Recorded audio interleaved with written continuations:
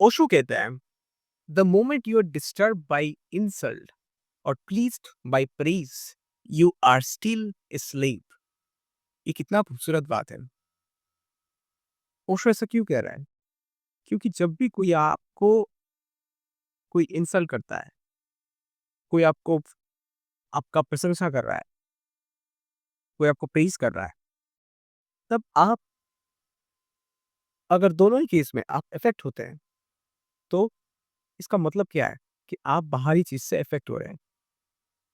और जो भी व्यक्ति बाहरी चीज से इफेक्ट होता है, वो बाहर का गुलाम है, चाहे कुछ भी हो।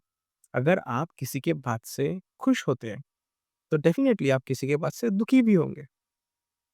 ऐसा होता नहीं कि आप किसी के बात से खुश हो रहे हैं और दूसरे बात से दुखी नहीं होंगे। अगर आप खुश हो रहे हैं तो दुखी भी होंगे, अगर आप दुखी हो रहे हैं तो खुश भी होंगे। और अगर आप दोनों का कनेक्शन तोड़ तोड़ देते हैं, तो आप स्वतंत्र हो जाते हैं। तब आपको गुलाम नहीं बनाया जा सकता। क्यों? क्योंकि बाहर से कोई आपको कंट्रोल नहीं कर सकता, है ना? बाहर से कोई आपको कुछ बोल के आपको खुश नहीं कर सकता, और बाहर से कोई आपको बोल के आपको दुःख भी नहीं दे सकता। क्यों? क्योंकि आप तब स्वतंत्र हो जाते हैं। और जो व्यक्ति बाहर की किसी भी चीज़ से प्रभावित नहीं होता, वो किसी का गुलाम नहीं होता। वो एक स्वतंत्र व्यक्ति होता है।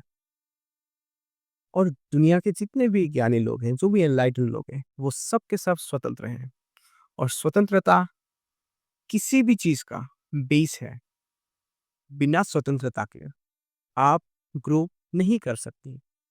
बिना स्वतंत्रता से आगे नहीं बढ़ सकते। अगर आप किसी का गुलाम होते हैं, तो आप पीछे ही रहेंगे, आप आगे नहीं बढ़ सकते।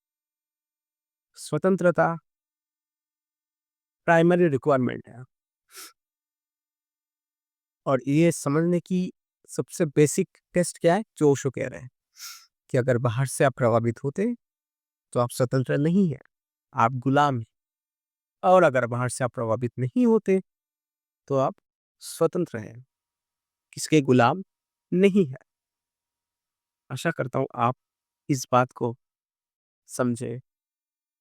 अगली बार कोई दूसरा टॉपिक पे हम लोग बात करेंगे। तब तक के लिए धन्यवाद। नमस्कार।